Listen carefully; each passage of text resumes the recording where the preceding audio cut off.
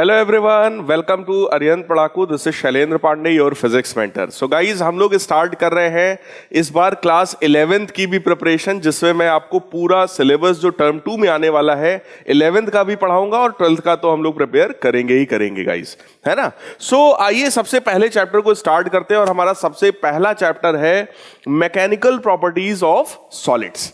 Mechanical properties of solids में बेटा mainly सिर्फ 3 टाइप के क्वेश्चंस आपसे पूछे जाते हैं। मैंने वैसे तो ये चैप्टर ऑलरेडी बहुत छोटा सा चैप्टर है, मैंने इस चैप्टर को 3 सब कैटेगरीज में रखा है। सबसे पहली कैटेगरी है जिसमें हम लोग स्ट्रेस और स्ट्रेन पर बेस्ड क्वेश्चंस को, कॉन्सेप्ट्स को समझेंगे। उसके बाद गाइज हम लोग यंग्स मॉडुलस पर बेस्ड क्वेश्चंस को पढ़ेंगे और फिर बल्क मॉडुलस पर बेस्ड क्वेश्चंस को पढ़ेंगे। इस चैप्टर में से कुछ पार्ट्स रिमूव कर दिए गए हैं, तो वो आप सभी को पता ही है। आइए गाइज, स्ट्रेस और स्ट्रेन पर बेस्ड जो क्वेश्चन हमसे पूछे जा सकते हैं, आइए देखते हैं किस तरह के क्वेश्चंस हमसे पूछे जाएंगे। सबसे पहली बात आपके मन में यह आती होगी, इस क्वेश्चन को पढ़कर जल्दी से क्वेश्चन को आइए रीड करते हैं। क्या है? A steel wire of length 2L and cross sectional area A is stressed with in elastic limit as shown in the figure. Calculate the strain and stress developed in the wire. तो प्यारे बच्चों, सबसे पहली बात हमको यह पता होना चाहिए कि किसी भी वायर में स्ट्रेस और स्ट्रेन क्या होता है। आई होप आप सबको पता होगा, बस जल्दी से मैं एक क्विकली इसको रिवाइज करा रहा हूं। स्ट्रेस जो होता है, इसका मतलब होता है deforming force divided by cross sectional area of the body. मतलब अगर हम लोग इस रॉड की बात कर रहे हैं तो इस रॉड में कौन सा डिफॉर्मिंग फोर्स है डिवाइडेड बाय उसका जो एरिया है, उसकी हम लोग बात करेंगे, वो स्ट्रेस कहलाता है। सिमिलरली प्यारे बच्चों, स्ट्रेन का मतलब होता है डिफॉर्मेशन इन द बॉडी, यानी कि change in length of the body divided by original length of the body. तो ये 2 बेसिक फार्मूले आप सबको पता होना चाहिए, स्ट्रेस स्ट्रेन का डेफिनेशन पता होना चाहिए। आइए स्टार्ट करते हैं इस क्वेश्चन को। देखो, अगर हमको सबसे पहली बात है स्ट्रेन निकालना है। स्ट्रेन का मतलब है change in length upon original length. Original length कितना है इस रॉड का गाइस? 2L के बराबर है ना। चेंज इन लेंथ अगर मिल जाए तो हमारा काम चल जाएगा। अब आप कहोगे सर, अगर यहां बीच में हम लोगों ने कोई एक ये M मास लटकाया है, तो आप सब लोग चेक करो, उसका जो वेट होगा mg, वो mg लगेगा डाउनवर्ड, जिसकी वजह से जो रॉड 2L लेंथ की ऐसे थी हॉरिजॉन्टल, वो अभी कुछ इस तरीके से बेंड हो गई है ना। लेट अस सपोज कितना डिस्टेंस वो नीचे आ गई, लेट अस सपोज x के बराबर।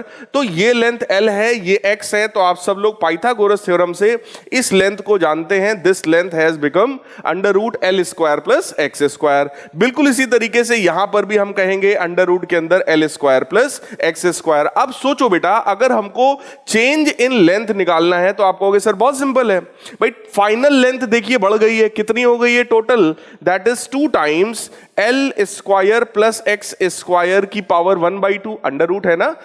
सो माइनस ओरिजिनल लेंथ कितना था गाइस? ओरिजिनल लेंथ था इसका टोटल 2L। तो ये फाइनल लेंथ है माइनस ये इनिशियल लेंथ है। अब अगर देखो, इसको थोड़ा सा हम लोग सिंप्लीफाई करना चाहें, क्योंकि अभी तो ये एक अंडर रूट के फॉर्म में आ रहा है ना, थोड़ा सा और ज्यादा सिंप्लीफाई करने के लिए हम लोग क्या करेंगे, अंदर से बेटा L स्क्वायर कॉमन करोगे। L स्क्वायर कॉमन करोगे और अंडर रूट पहले से लगा है, तो बाहर केवल L आएगा, लेकिन अंदर आपको मिल जाएगा 1 plus x square upon L square की होल पावर 1/2 माइनस 2L। अब आप सबने ये पढ़ रखा है बाइनोमियल एक्सपेंशन में, मैं आप सबको याद दिलाना चाहूंगा, मैथ्स में आप लोगों ने बेसिक पढ़ा होगा बाइनोमियल। 1 प्लस x की पावर n अगर लिखा है तो उसको हम लोग 1 प्लस nx लिख सकते हैं, अगर x की value very much less than 1 हो तो, है ना। तो अब यहां पर बेटा चेक करो, ये जो टर्म है इसमें x का मतलब है ये जो डिप्रेशन आया, जितना ये नीचे आया, तो बहुत ज्यादा नीचे तो आएगा नहीं, आपको भी पता है ना। ये जो x है ये बहुत बहुत छोटा होगा, तो अगर x छोटा है तो x स्क्वायर तो बहुत ही ज्यादा छोटा हो गया। इसका मतलब ये जो टर्म है ये टर्म 1 से बहुत बहुत छोटा है।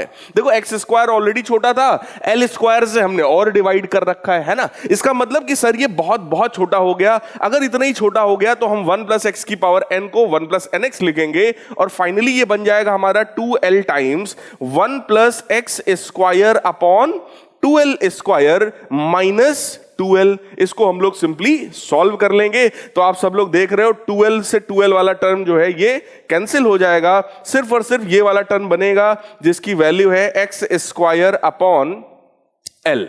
तो चेंज इन लेंथ गाइस हमको मिल चुका है। चेंज इन लेंथ जब हमको पता चल गया है that is x square by L. देखिए यहां पर मैंने आपको पूरा का पूरा सॉल्यूशन दिया है। क्यों सॉल्यूशन दिया है?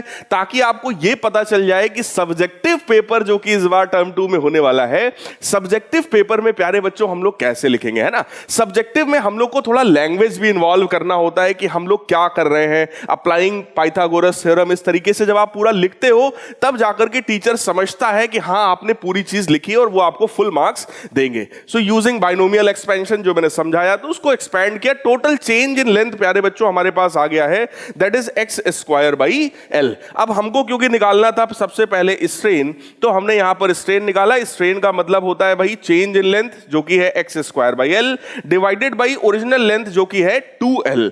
जैसे ही आपने डिवाइड किया आपको वैल्यू मिल गई x square upon 2l square guys, है ना। तो ये तो हो गया हमारा स्ट्रेन। अब बात आई कि सर केवल स्ट्रेन नहीं पूछा गया था, सर स्ट्रेस भी पूछा गया था। बिल्कुल सही बात है भाई। तो आइए स्ट्रेस की भी बात थोड़ी सी कर लेते हैं, है ना। स्ट्रेस क्या होता है बेटा? Force upon area. तो पहले आपको इस कंडीशन में ये जो रॉड है इस पर फोर्स निकालना पड़ेगा। फोर्स आप कैसे निकालोगे? देखो किसी भी रॉड में फोर्स होता है हमेशा टेंशन का, है ना। एक रॉड रखी थी आपने, वेट लटका दिया तो उसको कुछ ना कुछ टेंशन तो आ ही जाएगा, है ना। वही टेंशन हमको यहां निकालना होता है। देखो बेटा अगर हम लोग देखें तो इधर की तरफ टेंशन टी डैश होगा, इधर भी टेंशन टी डैश होगा। अगर मैं इस एंगल को कुछ थीटा अज्यूम करूं तो ये भी थीटा हो जाएगा। अब इस टी डैश के अगर आप कंपोनेंट्स करोगे तो आप कहोगे सर टी डैश का एक कंपोनेंट इधर की तरफ होगा जिसकी वैल्यू हो जाएगी टी डैश कॉस थीटा, और एक कंपोनेंट बेटा इधर की तरफ होगा जिसकी वैल्यू होगी टी डैश साइन थीटा, है ना।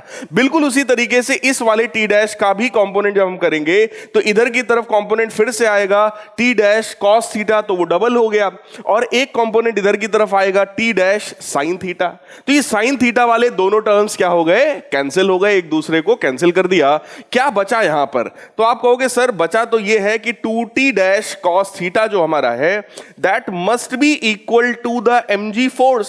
mg के बराबर क्यों कर रहे हैं? क्योंकि ये 2t डैश कॉस थीटा ऊपर लग रहा है जबकि नीचे वाला जो रस्सी है उसमें सिर्फ एक टेंशन है और वो है t, और t किसके बराबर है? mg के बराबर है। इसलिए गाइस ये किसके बराबर हो गया? mg के बराबर। सो गाइस यहां से देखो हमको जो टेंशन वहां डेवलप हुआ यानी कि जो डिफॉर्मिंग फोर्स है वो जो है उसकी वैल्यू मिल गई कितनी? mg upon 2 cos theta.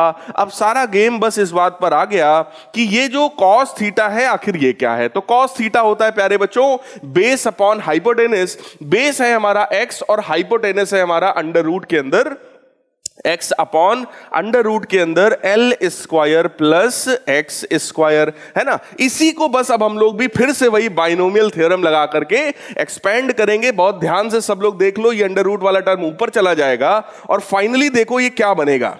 Finally ये बनने वाला है हमारा it will become mg upon 2x, और अंडर रूट वाला टर्म चला गया ऊपर। तो आप सब लोग चेक करो t डैश की वैल्यू हमको मिल गई mg upon 2x under root x square plus L square. अब हमने क्या किया यहां से फिर से हम लोगों ने यही एल स्क्वायर कॉमन किया, लेकिन एल स्क्वायर को अंडर रूट के अंदर से जब बाहर निकालोगे केवल एल बाहर आएगा। तो ये देखिए केवल एल बाहर आया, बिल्कुल एकदम जैसा स्ट्रेस में किया था, है ना। तो क्या बन गया? 1 plus x square upon L square की पावर 1/2, और यहां पर हम लोग ये बाइनोमियल अप्रोक्सीमेशन यूज करने वाले हैं। तो ये जो 1/2 था ये यहां मल्टीप्लाई में आएगा और ये ऐसा बन जाएगा। अब एक चीज हमको और पता है, क्या पता है? कि ये जो x है वो l के कंपैरिजन में बहुत बहुत छोटा होगा। अगर ये बहुत छोटा होगा प्यारे बच्चों तो ये जो x square upon 2l square वाला ये जो टर्म है this term will become negligible. इसको हम लोग नेग्लेक्ट कर सकते हैं, और जैसे ही नेग्लेक्ट करोगे यहां पर केवल 1 बचेगा, है ना, केवल 1 बचेगा। तो टेंशन की वैल्यू हमारे पास आ गई अप्रोक्सीमेटली mgl अपॉन 2x। अब टेंशन पता है, आपको स्ट्रेस निकालना है, तरीका बड़ा सिंपल है, that is the deforming force यानी कि टेंशन डिवाइडेड बाई एरिया। तो स्ट्रेस की वैल्यू गाइस कितनी आ गई हमारे पास? mgl अपॉन 2xa, है ना।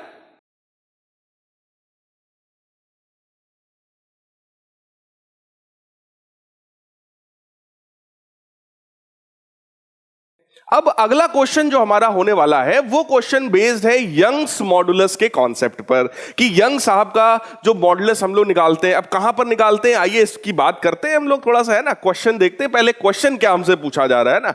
ये जरूरी है कि पहले आप क्वेश्चन समझो कि इस पर्टिकुलर कॉन्सेप्ट पर क्वेश्चन कैसा पूछा जाने वाला है। आइए देखते हैं। A steel wire of length 4.7 metre and cross sectional area 3 into 10 to the power -5 metre square stretches by the same amount as a copper wire of length 3.5 meter and cross sectional area 4 into 10 to the power -5 meter square under a given load. What is the ratio of Young's modulus of steel to that of copper? ठीक है, यहां पर हमको simply क्या निकालना है, Young's modulus निकालना है। तो पहले हमको ये पता होना चाहिए कि भाई यंग्स मॉडुलस क्या होता है। तो प्यारे बच्चों, आप सबने पढ़ा होगा, एक होता है यहां पर इस चैप्टर में हुक्स लॉ, है ना। हुक्स साहब ने यह बताया था इलास्टिक लिमिट के अंदर, under the limit of elasticity, the stress developed in a wire is directly proportional to strain. तो stress हमारा strain के हो गया बेटा proportional। तो stress इज इक्वल टू, ये प्रोपोर्शनलिटी साइन हटाएंगे, यहां पर एक कांस्टेंट आएगा E, तो stress is equal to E times strain. इस E को हम लोग गाइस बोलते हैं मॉडुलस ऑफ इलास्टिसिटी। ये आई थिंक आप सभी को पता होगा, है ना, मॉडुलस ऑफ इलास्टिसिटी। और मॉडुलस ऑफ इलास्टिसिटी में ही अगर हम लोग स्ट्रेन डेवलप करा रहे हैं उसकी लेंथ में, यानी कि लॉन्गिट्यूडनल स्ट्रेन की बात कर रहे हैं प्यारे बच्चों, तो उसी मॉडुलस ऑफ इलास्टिसिटी को हम लोग बोलते हैं यंग्स मॉडुलस, है ना। तो यंग्स मॉडुलस का फॉर्मूला, यानी कि इसी मॉडुलस ऑफ इलास्टिसिटी का ही फॉर्मूला बन रहा है हमारे पास स्ट्रेस अपॉन स्ट्रेन, है ना। तो जब भी हम लोगों को गाइस यंग्स मॉडुलस निकालना होगा तो हमारे दिमाग में तुरंत आ जाना चाहिए स्ट्रेस अपॉन स्ट्रेन। स्ट्रेन कैसा, लॉन्गिट्यूडनल, तो स्ट्रेस भी कैसा, लॉन्गिट्यूडनल, है ना, यानी कि लेंथ में भाई। तो इसका मतलब यंग्स मॉडुलस हो गया longitudinal stress upon longitudinal strain. अब क्वेश्चन में देखो बेटा, हमसे कहा गया कि एक स्टील वायर है जिसका लेंथ हमको पता है कितना, 4.7 मीटर, उसका एरिया हमको पता है कितना, 3 into 10 to the power -5 metre square, stretches by same amount as the copper wire of length 3.5 metre. अब ये कॉपर के बारे में हम बात कर रहे हैं, उसका लेंथ हो गया और उसका जो क्रॉस सेक्शनल एरिया हो गया that is 4 into 10 to the power -5 metre square. देखो एक्सटेंशन जो हो रहा है डेल्टा एल वो दोनों में सेम है। ये बात हो रही है कॉपर के वायर के लिए और ये वाली बात हुई थी स्टील के वायर के लिए। क्लियर। अब सोचो जरा, यंग्स मॉडुलस अगर हमको निकालना है तो फार्मूला तो हमारे पास वही है, स्ट्रेस अपॉन स्ट्रेन। तो हम कहेंगे भाई यंग्स मॉडुलस जो है स्टील के लिए अगर मैं लिख रहा हूं तो स्ट्रेस का मतलब होता है फोर्स अपॉन एरिया और स्ट्रेन का मतलब होता है change in length upon original length. तो सिंपली आपको यही चीजें निकालनी, क्योंकि आपसे कहा गया है अंडर अ गिवन लोड। जो लोड है वो लोड भी, यानी कि जो एक्सटर्नल फोर्स है वो भी दोनों के लिए सेम है ना। तो ये किसके लिए मैंने स्टील के लिए। अब देखो फोर्स सेम है, एरिया किसका होगा, स्टील का, डेल्टा एल दोनों के लिए सेम है, लेंथ किसका होगा, स्टील का। बिल्कुल इसी तरीके से हम यंग्स मॉडुलस लिखेंगे कॉपर के लिए। जब आप कॉपर के लिए लिखोगे अगेन चेक करो, फोर्स तो हमारा वही है, डिवाइडेड बाई एरिया किसका होगा, कॉपर का होगा, divided by length delta L same है दोनों के लिए, लेकिन ये वाला जो लेंथ है ये किसका होगा, कॉपर का होगा। अब हमको क्या करना था, रेशियो निकालना था Young's modulus of steel to the Young's modulus of copper. तो आप खुद ही चेक करो, Young's modulus of steel upon Young's modulus of copper अगर आपको करना है तो I think it has become very very simple, है ना। यहां पर देखो बेटा, ये बनेगा F into length of steel rod delta L area of steel rod, है ना। ये दो चीजें नीचे वाली सेम है। अब यहां पर फिर से देखते हैं ये क्या बनेगा, ये बन जाएगा हमारा F into length of copper rod upon change in length और area of the copper rod. तो अब जब आप रेशियो निकालोगे तो आप चेक करो, F से F कैंसिल होगा, डेल्टा L से डेल्टा L कैंसिल होगा। तो पहले स्टील वाला टर्म लिख देते हैं that is LS upon AS, और ऐसे ही जब कॉपर वाला हम लोग गाइस डिवाइड करेंगे तो ये क्या बनेगा नीचे LC, और एरिया जो है अब वो ऊपर चला जाएगा, now it will become AC। अब मामला बड़ा सिंपल है, देखो भाई, दोनों का लेंथ बेटे हमको पता है, दोनों का हमको एरिया पता है, उसको उठाकर हम लोग यहां पर रख देंगे और सिंपली सॉल्व करके हम इसके रेशियो को निकाल लेंगे। अब आइए देखिए, मैंने आपको ये पूरी तरीके से यहां पर सॉल्व दिखा दिया है ताकि आपको जरा भी कंफ्यूजन ना हो कि सर लिखना कैसे है। तो सबसे पहले आपको जो डेटा दिया जाता है आप उसको तुरंत लिख दीजिए, और उसके बाद जो आप कॉन्सेप्ट लगा रहे हो, जैसे मैंने समझाया वो कॉन्सेप्ट आपने लिखा कि स्टील के लिए हमने वैल्यू लिखा, फिर हमने कॉपर के लिए वैल्यू लिखा, दोनों को डिवाइड किया और वो वैल्यू कुछ ऐसी आ रही है ना। जैसे ही हम लोगों ने लेंथ्स को डिवाइड किया, एरिया को डिवाइड किया, सॉल्व किया, तो ये आंसर हमारे पास आया 1.79। उसको हम लोगों ने गाइस राउंड ऑफ किया तो वैल्यू आ गई 1.8। इसका मतलब ये जो रेशियो हमसे जो पूछा गया है उस रेशियो की वैल्यू गाइस कितनी है, 1.8। अब आइए अपने नेक्स्ट क्वेश्चन की तरफ हम लोग बढ़ते हैं और अगला क्वेश्चन हमारा है a uniform heavy rod of weight W cross sectional area A length L is hanging from a fixed support. A Young's modulus of the material of the rod is Y. Neglecting the lateral contraction, find elongation produced in the rod. कहने का मतलब अगर एक rod हमारा इस तरीके से लटक रहा है तो उस रॉड में कितना एक्सटेंशन होगा। ठीक है गाइस, आइए देखते हैं इस क्वेश्चन को हम लोग। इसमें सबसे पहली बात यह है कि ये हमारा ये रॉड है। लेट अस सपोज रॉड में हमने एक छोटा सा एलिमेंट कंसीडर किया। इस एलिमेंट की ये लेंथ है dx के बराबर, कितनी हाइट पर है, ये x हाइट पर है, ऊपर से x डिस्टेंस पर हम लोगों ने एक छोटा सा एलिमेंट कंसीडर किया dx। तो टोटल बेटा लेंथ अगर इसका l है, जैसे आपसे कहा गया है कि लेंथ l है, एरिया a है, टोटल लेंथ अगर इसका l है तो आप बताओ मुझे नीचे वाला ये लेंथ कितना हो गया, that will become l minus x। अब यहां पर मैटर ये है कि हमसे कहा गया find elongation produced in the rod. तो अगर ये छोटा सा एलिमेंट एलोंगेट करेगा, उसी को इंटीग्रेट कर देंगे तो पूरा का पूरा हमारा जो रॉड है वो भी एलोंगेट कर जाएगा, वो एलोंगेशन हमारा आ जाएगा गाइस, है ना। तो देखो यंग्स मॉडुलस जो होता है इसका फॉर्मूला है stress upon strain, that is force upon area divided by change in length upon original length. तो यहां से हमें पता चलता है कि चेंज इन लेंथ की वैल्यू कितनी होने वाली है। सो गाइस ये हमारा देखो हो जाएगा FL upon A delta L, that is equal to Young's modulus. तो डेल्टा L की वैल्यू हमारी आ गई FL upon A into Y। इसका मतलब फोर्स इंटू लेंथ, जो भी एलिमेंट हमने माना है तो एलिमेंट का लेंथ तो हमने dx माना है। इसका मतलब गाइस क्या हुआ, elongation in the element, elongation in the element अगर हम देखें तो एलिमेंट में जो एलोंगेशन हमारा होने वाला है that will be F into dx divided by area into Young's modulus y। अब हम लोगों से यह बोला गया है कि इसका क्रॉस सेक्शनल एरिया ये है, यंग्स मॉडुलस y है, तो एज इट इज हम यहां पे रखेंगे और इसी को गाइस हम लोग क्या करेंगे, इंटीग्रेट कर देंगे। So total elongation will be equal to the integration of this element f dx upon a into y। अब मैटर ये है कि देखो एरिया और यंग्स मॉडुलस ये दो चीजें तो प्यारे बच्चों कांस्टेंट होती हैं, ये तो बाहर आ गया। तो हमारा क्या बचा इंटीग्रेशन के अंदर, एक पहली चीज है हमारी फोर्स और दूसरी चीज अंदर क्या बची, dx। हमको इस फोर्स की वैल्यू पता होनी चाहिए क्योंकि प्यारे बच्चों ये फोर्स कैसा है, ये वेरिएबल है। कैसे पता चलेगा, आइए देखते हैं हम लोग। अब देखो अगर इस पूरे के पूरे रॉड का वेट कितना है, W है, तो we can consider the weight per unit length. Weight per unit length कितना हो गया, W बाई L।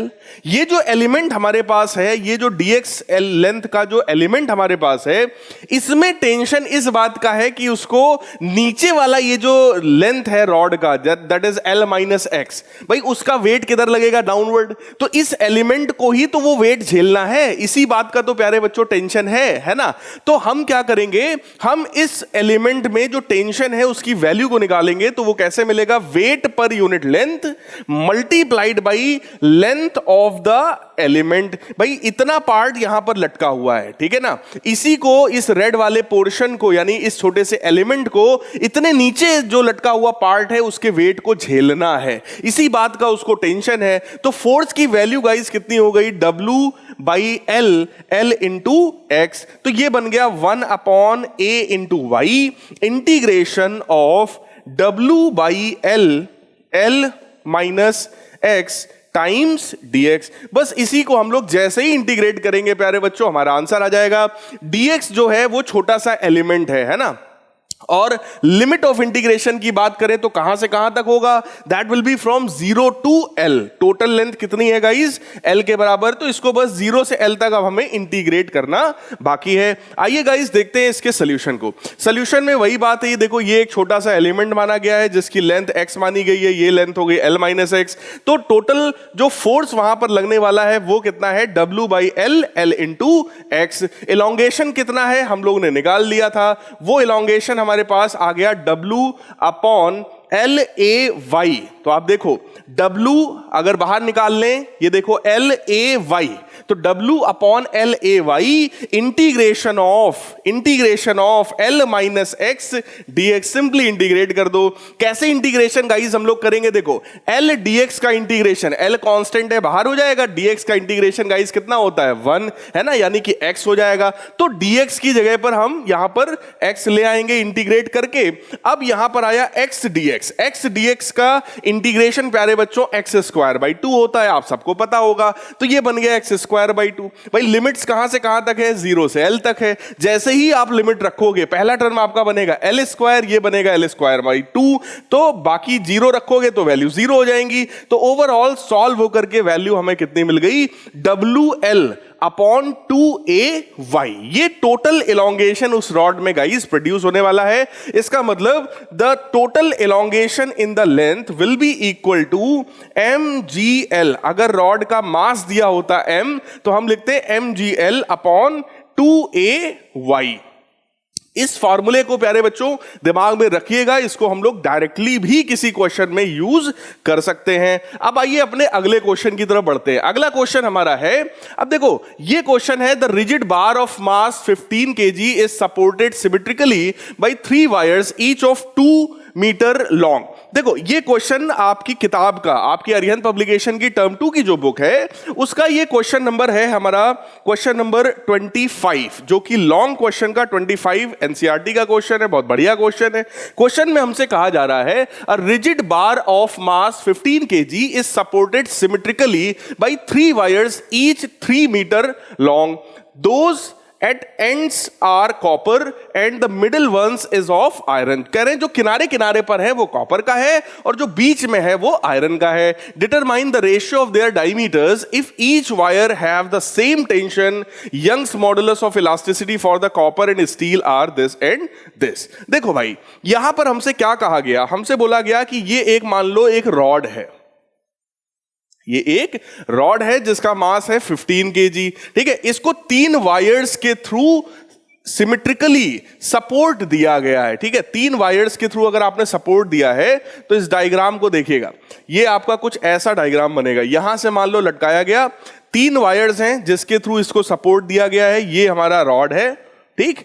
ये 2 वायर्स हो गए और एक वायर जो हमारा है वो दूसरे किसी सब्सटेंस का है। अब देखते हैं भाई, हमसे कहा गया है कि जो किनारे वाले हैं वो कॉपर के हैं, ये कॉपर का है, ये भी कॉपर का है, जबकि ये वाला जो हमारा है वो स्टील का है, ठीक है guys. Middle one is of iron, sorry middle one जो है हमारा वो स्टील या आयरन, ठीक है चलेगा, है ना। इसको हम लोग आयरन का भी कह सकते हैं कि हमारा आयरन का है, ठीक। अब हमसे ये बोला जा रहा है कि इनमें रेशियो ऑफ डायमीटर्स हमको बताना है, clear. Let us suppose diameter जो है इसका D1 है, इसका जो डायमीटर है वो D2 है, ये दोनों सेम है, सिमेट्रिकल टाइप के वायर्स हैं, है ना। आइए देखते हैं इसको हम लोग कैसे कैलकुलेट करेंगे। देखो किसी के लिए भी अगर मैं यंग्स मॉडुलस की बात करूं तो फार्मूला होता है स्ट्रेस अपॉन स्ट्रेन। स्ट्रेस है हमारा फोर्स अपॉन एरिया और स्ट्रेन हमारा है change in length upon original length. अब क्योंकि 3 वायर्स हैं, ध्यान से समझिएगा, 3 वायर्स हैं, तीनों की लेंथ हमारी कितनी है, 2 मीटर है, तो तीनों में जो इलोंगेशन होगा गाइस वो इलोंगेशन सेम होगा, है ना। तीनों का इलोंगेशन ये जो डेल्टा एल है वो तो सेम है, तीनों का लेंथ भी सेम है, इसका मतलब तीनों के लिए जो स्ट्रेन डेवलप हो रहा है वो हमारा सेम होना चाहिए। तो ये हमारा हो गया फोर्स अपॉन एरिया जो होगा, अगर डायमीटर के टर्म्स में हम लिखेंगे तो पाई डी स्क्वायर बाई 4, क्लियर। तो वो 4 कहां जाएगा, हमारा ऊपर चला जाएगा, divided by delta L upon L, clear?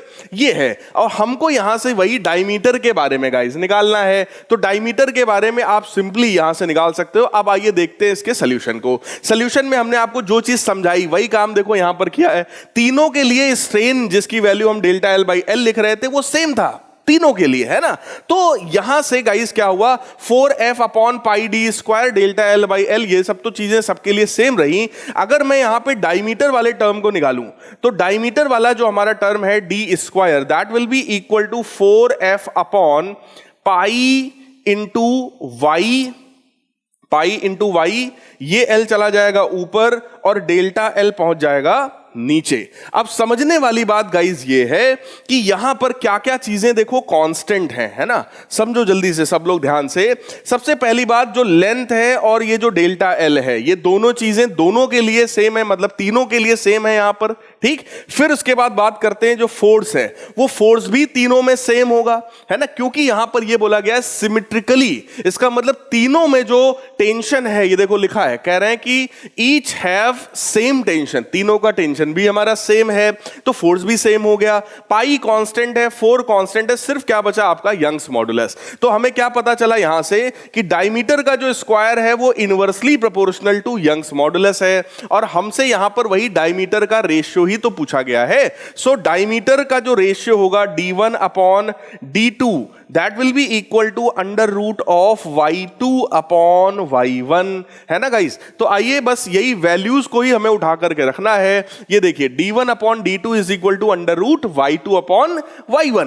तो y2 की वैल्यू आप रखो यंग्स मॉडुलस जो हमें क्वेश्चन में गिवन है, आप देख लो यंग्स मॉडुलस दूसरे का कितना गिवन है, 190 इंटू 10 टू द पावर 9, और पहले का कितना है 110 इंटू 10 टू द पावर 9। तो 10 की पावर 9 वाला टर्म जो है गाइस वो कैंसिल हो गया, 0 0 इसका भी कैंसिल हो गया, अंडर रूट 19 बाई 11। इसको गाइस जैसे सॉल्व करेंगे 1.73 आएगा, अंडर रूट लेंगे 1.31 आएगा। इसका मतलब डायमीटर का ये जो रेशियो है, this ratio is 1.31 is to 1।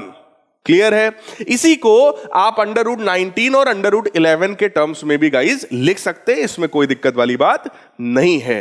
Clear? तो ये एक बहुत बढ़िया क्वेश्चन था। अब आइए अपने नेक्स्ट क्वेश्चन की तरफ बढ़ते हैं। अगला क्वेश्चन है 14.5 kg mass fasten to one end of the steel wire of unstressed length 1 meter is whirled in a vertical circle with an angular frequency of 2 revolution per second at the bottom of the circle. The cross sectional area of the wire is 0.065 centimeter square. Calculate elongation of the wire when the mass is at lowest point of its path. देखो बहुत बढ़िया question है। हमसे यहां पर क्या कहा गया इस क्वेश्चन में कि अगर हम लोग किसी रॉड में एक मास को बांधकर ऐसे एक सर्कल में घुमाएं, ठीक, और जब वो मास यहां सबसे नीचे वाले पॉइंट पर हो, लोएस्ट पॉइंट पर हो, तब हमको यहां पर बताना है इलोंगेशन कितना होने वाला है। सो गाइस देखो, इलोंगेशन का फॉर्मूला तो सिंपल है, क्या कि अगर हम लोग यहां पर लगाएं यंग्स मॉडुलस जो होता है हमारा, वो क्या है, force upon area divided by delta L upon L, जो कि स्ट्रेन होता है। तो यंग्स मॉडुलस हमारा क्या बनेगा, force into length area into delta L. तो यहां से इलोंगेशन यानी डेल्टा एल की वैल्यू आती है force into length area into Young's modulus. Clear है गाइस? तो ये यहां पर कॉन्सेप्ट है। अब यहां पर देखो क्या क्या चीज हमें पता है। हमको पता है सबसे पहली बात उसका मास पता है, ठीक, हमको पता है उसका लेंथ 1 मीटर जो कि हम यहां पर एज इट इज रखेंगे। हमको एंगुलर फ्रीक्वेंसी पता है, एंगुलर फ्रीक्वेंसी पता है, देखते हैं उसका क्या यूज होगा आगे। क्रॉस सेक्शनल एरिया हमको पता है जो कि हम डायरेक्टली यहां पर रखने वाले हैं, है ना। इलोंगेशन की हमको वैल्यू निकालनी है, ठीक। अब देखो अगर यंग्स मॉडुलस और फोर्स पता हो, देखो यंग्स मॉडुलस तो एक कांस्टेंट है, तो हम उसका आंसर सीधे सीधे यंग्स मॉडुलस के टर्म्स में भी दे सकते हैं। सारा गेम बचा कौन सा, फोर्स का, कि सर अगर फोर्स मिल जाए तो काम चल जाएगा, काम बन जाएगा। यहां पर देखो बेटा, अब यहां पर क्या होगा, क्योंकि इसका वेट लगेगा नीचे, अगर ये रस्सी है या रॉड है तो उसमें एक टेंशन होगा, है ना, तो रस्सी का टेंशन हो गया। अब अगर ये एक सर्कुलर पाथ में घूम रहा है तो आप सबको पता है सर्कुलर पाथ में एकमात्र रिक्वायरमेंट कौन सा होता है, सेंट्रीपिटल फोर्स का। किधर की तरफ सेंट्रीपिटल फोर्स होता है भाई साहब, सेंटर की तरफ होता है ना। तो हम लोग कहेंगे कि सर इन दोनों में से टी बड़ा है, तो टी माइनस एम जी, आप चेक कर लो, यही तो नेट फोर्स है इस ऑब्जेक्ट के ऊपर, है ना। तो ये टी माइनस एम जी हमारा सेंट्रीपिटल फोर्स यानी कि एम आर ओमेगा स्क्वायर के बराबर होगा। M B square upon R B formula होता है, लेकिन एम आर ओमेगा स्क्वायर में लगा रहा हूं। क्यों लगा रहा हूं? क्योंकि हमको एंगुलर फ्रीक्वेंसी यहां पर दी गई थी, है ना। So that will become, tension की वैल्यू आ गई हमारे पास M G plus M R omega square. अब बेटा देखो, मास हमको कितना पता है 14.5, जी की वैल्यू कितनी होती है 9.8 प्लस 14.5 इंटू रेडियस हमारे पास कितनी होगी उसके लेंथ के बराबर। लेंथ कितना है 1 मीटर, तो इसको मैं 1 ले लूंगा। ओमेगा का मतलब होता है 2 पाई एफ, है ना। ओमेगा कितना है हमारा 2 पाई एफ, और फ्रीक्वेंसी कितनी गाइस गिवन है 2 रेवोल्यूशंस पर सेकेंड, है ना। तो इसका भी हम क्या कर देंगे स्क्वायर। इसको जैसे ही गाइस हम लोग सॉल्व करेंगे we will get the value of tension. आइए देखते हैं सॉल्व करके। इसी सेम चीज को जब हमने सॉल्व किया तो आप देख लो, सॉल्व करके टेंशन की वैल्यू हमारी कितनी आई है, दैट इज 2431.94 न्यूटन। तो अब अगर हमारे पास टेंशन आ चुका है, अब क्या बचा, अब तो बड़ा सिंपल हो गया भाई, हमको यही सब तो वैल्यू तो चाहिए थी, tension multiplied by length, area और यंग्स मॉडुलस, बाकी सारी चीजें हमको क्वेश्चन में पता है। तो आप देखो टेंशन की वैल्यू हमने एज इट इज रख दिया, ये देखो लेंथ की वैल्यू क्वेश्चन में कितनी गिवन थी 1 मीटर। सो प्यारे बच्चों यहां पर हमने क्या रखा 1 मीटर। एरिया जो था हमारा वो एरिया हो गया कितना 6.5 इंटू 10 टू द पावर -6। ऐसा क्यों हो गया? क्योंकि क्वेश्चन में हमको एरिया दे रहे हैं 0.065 सेंटीमीटर स्क्वायर, और हमको इसको कन्वर्ट किसमें करना पड़ेगा मीटर स्क्वायर में। तो आप सब लोग समझ गए होंगे 10 की पावर -4 का हम वहां पे और मल्टीप्लाई करेंगे। तो आप कहोगे सर 10 की पावर -6 क्यों दिखाई पड़ रहा है? बेटा क्योंकि यहां पर 0.065 है और हमने वहां कन्वर्ट करके किसमें लिखा है 6.5 में लिखा है, multiplied by 2 into 10 to the power 11। Solve करोगे फाइनली हमारा आंसर ये आएगा, और एमएम में कन्वर्ट करेंगे तो 1.87 एमएम आ जाएगा।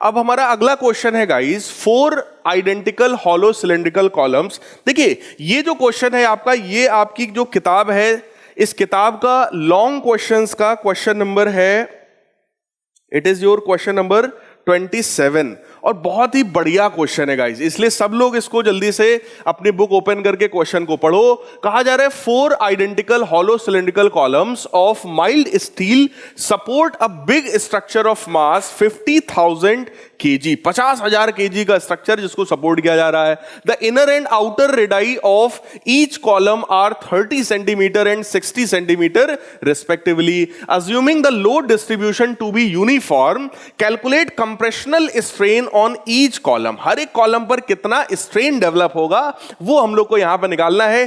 Take Young's modulus that is 2 into 10 to the power 11 pascal.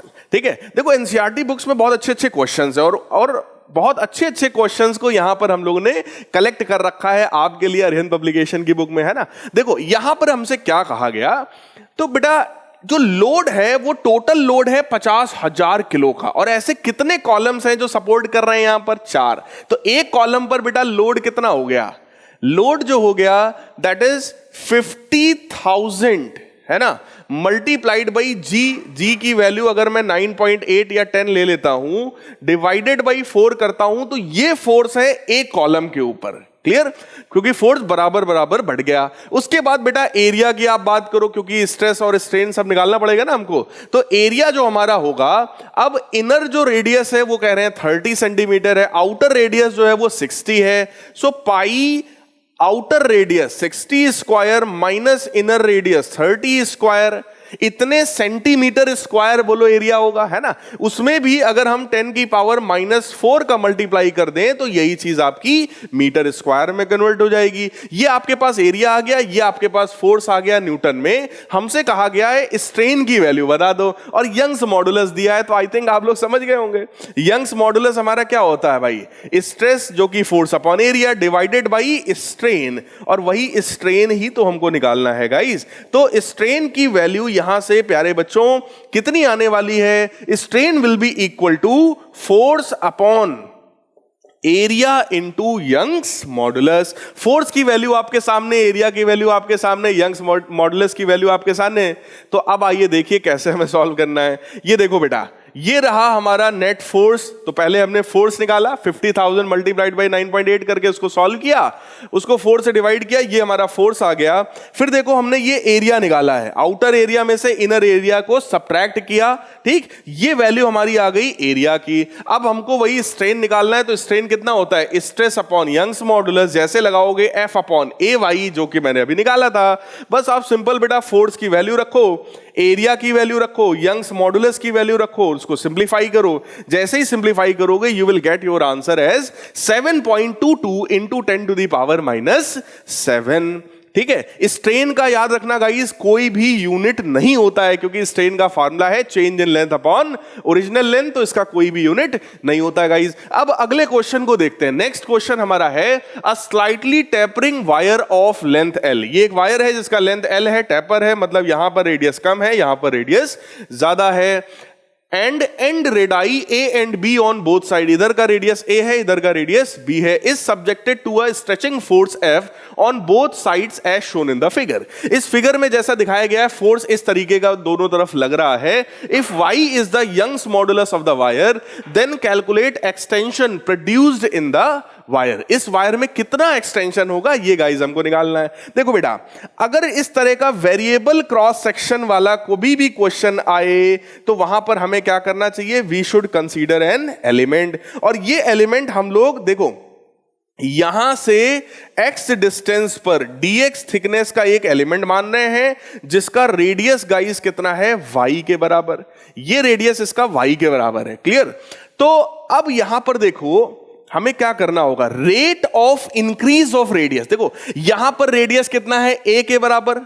देखिए गाइस, यहां पर रेडियस a के बराबर है, यहां पर जो रेडियस है वो b के बराबर है। तो रेडियस लगातार इंक्रीज हो रही है कि नहीं हो रही है, तो आप कहोगे सर बिल्कुल इंक्रीज हो रही है। तो अगर मैं आपसे कहूं कि भाई इस एलिमेंट का रेडियस कितना है, तो आप कहोगे सर एलिमेंट का रेडियस तो y है, तो बेटा y की वैल्यू कितनी है, that is initial radius, that is a plus rate of increase of the radius. तो सोचो रेट कितना होगा भाई, change in radius, that is b minus a।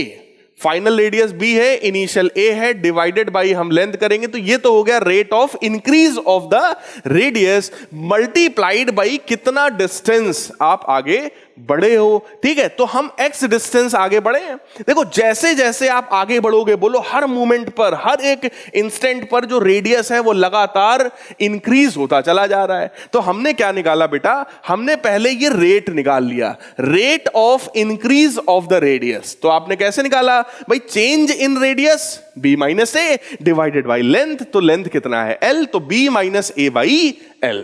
इसका मतलब ये जो y है जो कि x डिस्टेंस पर है, वो y हमको पता चल गया एलिमेंट का रेडियस। अब अगर एलिमेंट का रेडियस पता है तो बोलो एलिमेंट का एरिया हमको पता है ना। यंग्स मॉडुलस हमको क्वेश्चन में गिवन है, एक्सटेंशन की बात किया जा रहा है, तो मैं बार बार वही चीजें बता रहा हूं कि एक्सटेंशन जो होता है, एक्सटेंशन का फार्मूला हमारे पास कितना है गाइस, एक्सटेंशन का फार्मूला क्या होता है, f। ये देखो पीछे भी हम लोगों ने कई जगह पर एक्सटेंशन के फार्मूले को यूज कर रखा है। कितना हो जाएगा, f into L upon f into L upon a into Young's modulus y। Simple, यही फार्मूला गाइस हम लोग यहां पर अप्लाई करेंगे and we will get the extension. अब यहां पर समझने वाली बात ये, फोर्स तो सेम है, फोर्स में कोई इशू नहीं है। अब बात आई कि भाई लेंथ, तो लेंथ एलिमेंट का कितना है बेटा, एलिमेंट, जब ये फोर्स आप ऐसे लगाओगे दोनों तरफ तो इसका लेंथ बढ़ेगा ना, और वो बढ़ने वाला लेंथ कौन है, dx। तो ओरिजिनल यहां पर हम रखेंगे कितना, dx, तो ये ही बन जाने वाला है हमारा f into dx upon area. Area कितना है, pi into Y square into Young's modulus. ये वैल्यू हो जाने वाली है increase in the length of the element. Element की लेंथ में कितना इंक्रीज होगा, इसी को अगर उठाकर मैं दोनों तरफ इंटीग्रेट कर दूं तो that will be your total increment in the length. तो टोटल इंक्रीमेंट अगर मैं L मान रहा हूं तो वो हो जाने वाला है, आप ध्यान से देखो, F अपॉन पाई वाई। ये सब चीजें तो कांस्टेंट थी, बाहर आ गया, अंदर क्या बचेगा, dx अपॉन वाई स्क्वायर। अब देखो यहां पर y भी वेरिएबल है और यहां पर x भी वेरिएबल है, और इंटीग्रेशन का नियम आप सबको पता है कि ये दोनों या तो x के टर्म्स हों या तो दोनों y के टर्म्स हो, वरना हम इंटीग्रेशन ऐसे कर ही नहीं सकते। तो हम इस y को x में बदलेंगे या तो x को हम y में बदलेंगे, और उसके लिए एक बढ़िया सा प्यारा सा खूबसूरत सा देखो ये एक एक्सप्रेशन हमारे पास है, y is equal to a plus B minus A by L into x। कैसे कन्वर्ट करोगे, आप कहोगे सर यहां तो dx दिख रहा है, सर यहां तो y और x है, तो बेटा क्या करो, इसी वाले एक्सप्रेशन को डिफरेंशिएट करो। जैसे डिफरेंशिएट करोगे, बोलो dy का डिफरेंशिएशन कितना होता है, सॉरी y का डिफरेंशिएशन कितना होता है, dy दिख गया। a जो है कांस्टेंट है, उसका डिफरेंशिएशन कितना होता है भाई साहब, 0। इधर b minus a by l ये सब कांस्टेंट था, क्लियर। x का डिफरेंशिएशन जब आप करोगे तो कितना आएगा बेटा, dx आएगा, है ना। तो अब आप क्या करो, आप बस dx की वैल्यू निकाल करके यहां रख दो।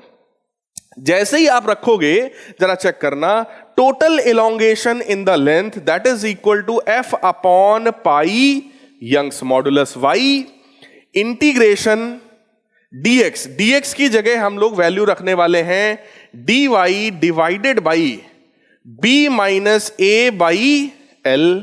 ठीक, ये हमने ऐसे इसके नीचे भेज दिया, dx की ये वैल्यू आ गई हमारे पास, और ये था हमारा y का स्क्वायर, क्लियर। अब जरा सोचना प्यारे बच्चों, यही जो एक्सटेंशन इन द लेंथ है, इसको हम लोग चाहें तो, क्योंकि अब यहां पर l वाला टर्म दिखाई पड़ रहा है, तो एक्सटेंशन को मैं डेल्टा l से डिनोट कर दे रहा हूं भाई, ठीक है ना। एक्सटेंशन को डेल्टा l से डिनोट कर दे रहे हैं ताकि आप इस वाले l में बिल्कुल भी कंफ्यूज ना हो, ठीक। सो गाइज ये l कहां जाएगा, हमारा ऊपर जाएगा। तो आप ध्यान से देखो, F L upon pi Young's modulus, ये सब बाहर हो गया, ठीक। b माइनस ए भी हमारा कांस्टेंट है, वो भी बाहर हो गया। अंदर क्या बचा, इंटीग्रेशन ऑफ y की पावर -2 dy, ठीक। अब क्योंकि ये इंटीग्रेशन y के रिस्पेक्ट में है, y क्या है, एलिमेंट की रेडियस है, जिसकी मिनिमम वैल्यू कितनी है a, मैक्सिमम वैल्यू कितनी है b। तो आप इसको बस a से लेकर के b तक बेटा सिंपली इंटीग्रेट कर देना।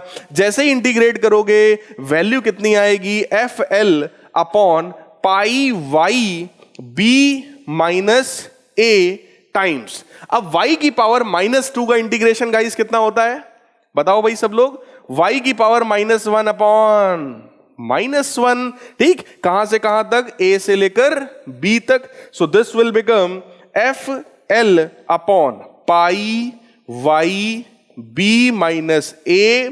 ये वाले माइनस को मैं बाहर निकाल ले रहा हूं, ठीक।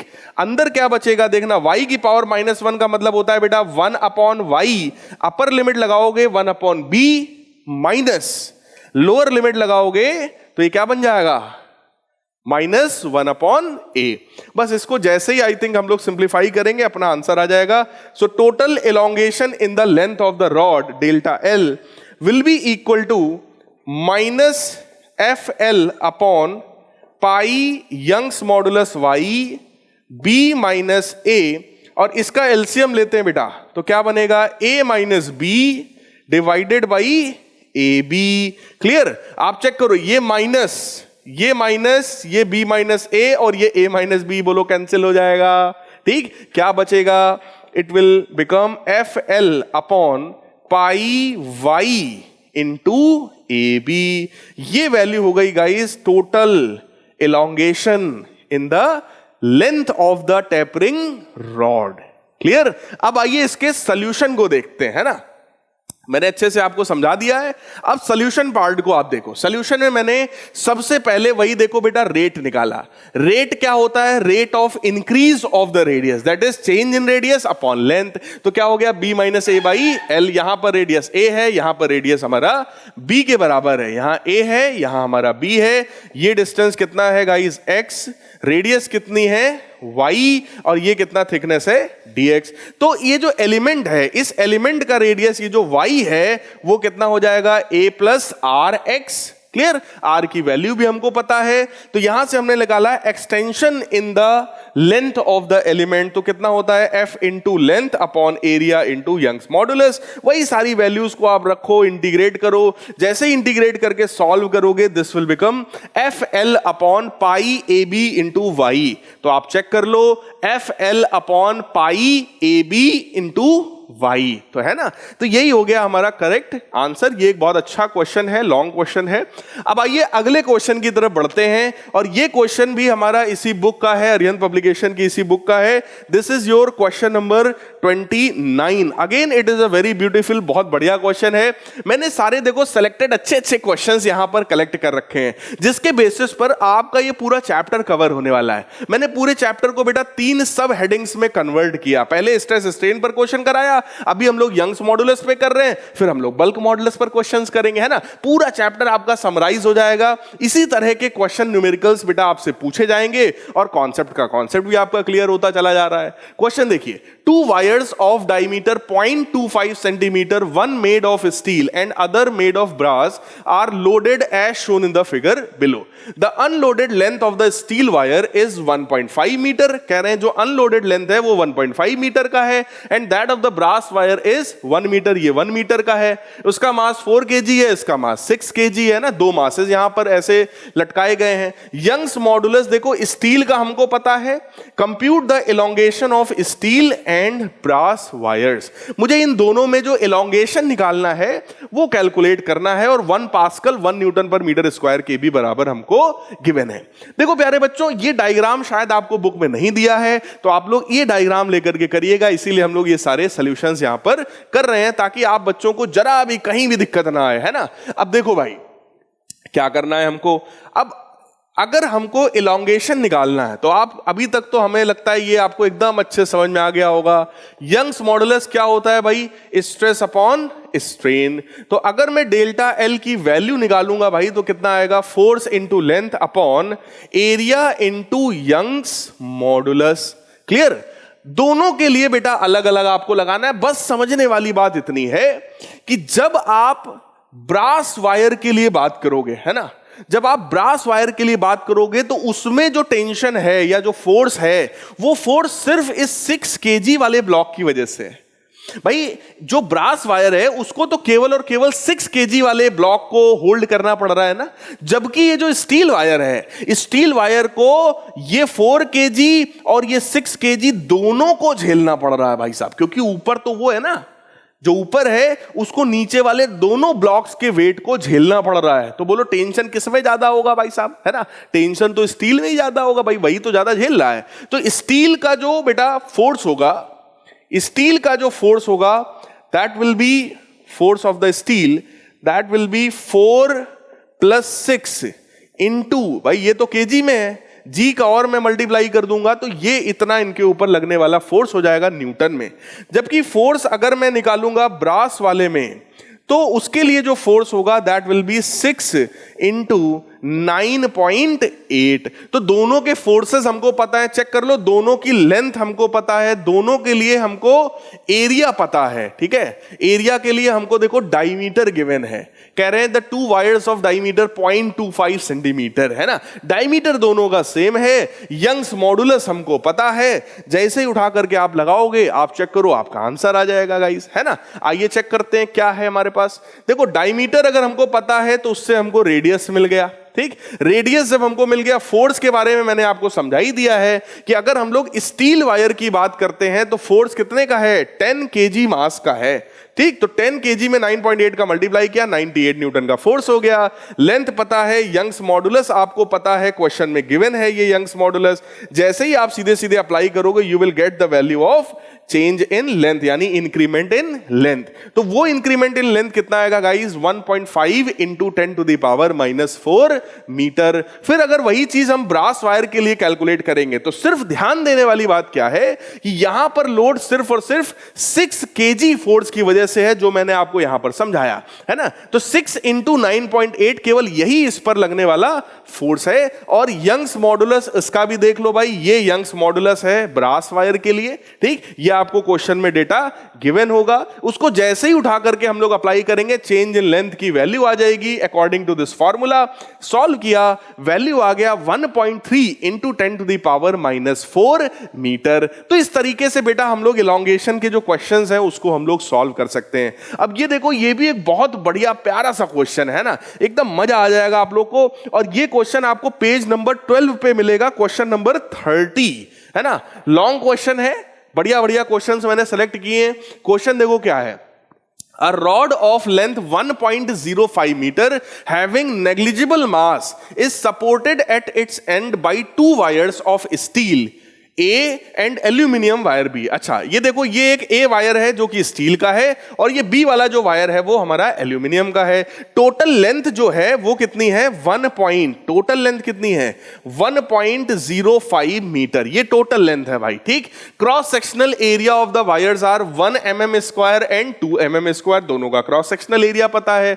यंग्स मॉडुलस स्टील के लिए पता है, एल्यूमिनियम के लिए पता है, ये दोनों वैल्यूज भी हमको पता है, ठीक। अब सबसे पहला हमारा क्वेश्चन कह रहे हैं, at what point along the rod should a mass m be suspended in order to produce equal stress and equal strain in both steel and aluminium wires. देखो, आपसे कह रहे हैं कि एक इस तरीके का रॉड था, इस रॉड की लेंथ कितनी थी? 1.05 मीटर। एक तरफ स्टील का वायर है, एक तरफ एल्यूमिनियम का वायर है, दोनों का लेंथ प्यारे बच्चों सेम है ना। ये लेंथ जो है, ये लेंथ दोनों का सेम है, क्लियर। अब हमसे ये कह रहे हैं कि भाई इस रॉड पर बताओ ये m मास हम कहां पर लटकाएं कि दोनों में स्ट्रेस सेम हो। और फोर्स देखो लग रहा है एक्सट्रीम एंड पे, यहां F1 फोर्स है, यहां पर F2 फोर्स है, ठीक। तो दोनों में स्ट्रेस सेम हो तब क्या करें, और दोनों में स्ट्रेन सेम हो तब बताओ कहां पर लटकाएं, है ना। तो हमको ये पता करना है। हमने क्या बेटा दिमाग लगाया? दिमाग हमने ये लगाया, लेट अस सपोज इधर वाले स्टील वाले वायर से x डिस्टेंस पर आप इस मास को लटकाओ। ये देखो, लेट अस सपोज कितनी डिस्टेंस पर? x डिस्टेंस पर आप इसको लटकाओ। अगर ये डिस्टेंस x होगी भाई, है ना, ये डिस्टेंस अगर x है तो ये वाली डिस्टेंस कितनी हो गई? ये वाली डिस्टेंस हमारी हो गई 1.05 माइनस x। बोलो भाई, ऐसी हो जाएगी ना। तो ये कितना हो गया? 1.05 माइनस x, ये इधर का हो गया। अब बेटा अगर स्ट्रेस सेम है तो क्या करना है? देखो भाई, स्ट्रेस का मतलब होता है force upon area is same for both. भाई अगर स्ट्रेस सेम है, पहले पार्ट की मैं बात कर रहा हूं भाई, इक्वल स्ट्रेस। तो प्यारे बच्चों अगर स्ट्रेस सेम है तो F1 बाई A1 बराबर F2 बाई A2। तो यहां से आप जरा ध्यान से देखना, F1 बाई F2 की जो वैल्यू है वो हमारी A1 बाई A2 के बराबर हो गई। A1 हमारा कितना है? 1 mm स्क्वायर, और A2 कितना है? 2 mm स्क्वायर। तो ये जो रेशियो है F1 और F2 का, ये 1/2 के बराबर हो गया। mm स्क्वायर से mm स्क्वायर कैंसिल हो गया, मीटर में कन्वर्ट करने की जरूरत नहीं है, 1/2 आ गई, है ना। ये फोर्सेस के रेशियो की वैल्यू है। लेकिन अब सर, अब क्या करें सर? अब कैसे यूज करें इसको? भाई हमको तो फोर्स का रेशियो थोड़ी चाहिए था, हमको तो x की वैल्यू चाहिए। तो प्यारे बच्चों अगर ये यहां पर है, ठीक है, mg तुमने यहां पे लटका रखा है, तो ये अपनी बैलेंस्ड कंडीशन में रहा होगा कि नहीं रहा होगा? बताओ भाई, ये अपनी बैलेंस्ड कंडीशन में अगर है, आराम से लटका हुआ है, तो नेट टॉर्क इसके ऊपर कितना होगा? 0, है ना। तो नेट टॉर्क अगर इसके ऊपर प्यारे बच्चों 0 है, तो मैं इस पॉइंट पर टॉर्क निकाल रहा हूं।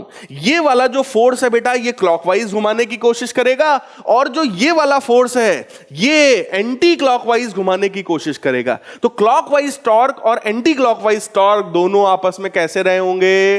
बराबर। तभी तो वो इक्विलिब्रियम कंडीशन में, वरना वो इक्विलिब्रियम में कभी भी नहीं आ सकता। अब देखो भाई, क्लॉकवाइज टॉर्क की वैल्यू आप लोग देखो कितनी है, वो वैल्यू है F2 टाइम्स डिस्टेंस, डिस्टेंस कितना है 1.05 माइनस एक्स, और क्लॉकवाइज एंटी क्लॉकवाइज वाला कितना है हमारा, that is F1 into x. आप कहोगे सर ये वाला mg वाला फोर्स सर टॉर्क क्यों नहीं दे रहा, तो बेटा अगर इसी पॉइंट पर हमें टॉर्क निकालना है तो जो फोर्स उसी पॉइंट पर लगते हैं वो बिल्कुल भी टॉर्क नहीं देते। क्यों? क्योंकि परपेंडिकुलर डिस्टेंस कितना है, 0 है। क्लियर? अब देखो भाई यहां से अपने को फायदा क्या हुआ, अपने को फायदा यहां से ये हुआ F1 अपॉन F2 की एक बढ़िया प्यारी सी वैल्यू मिल गई, कितनी 1.05 minus x divided by x.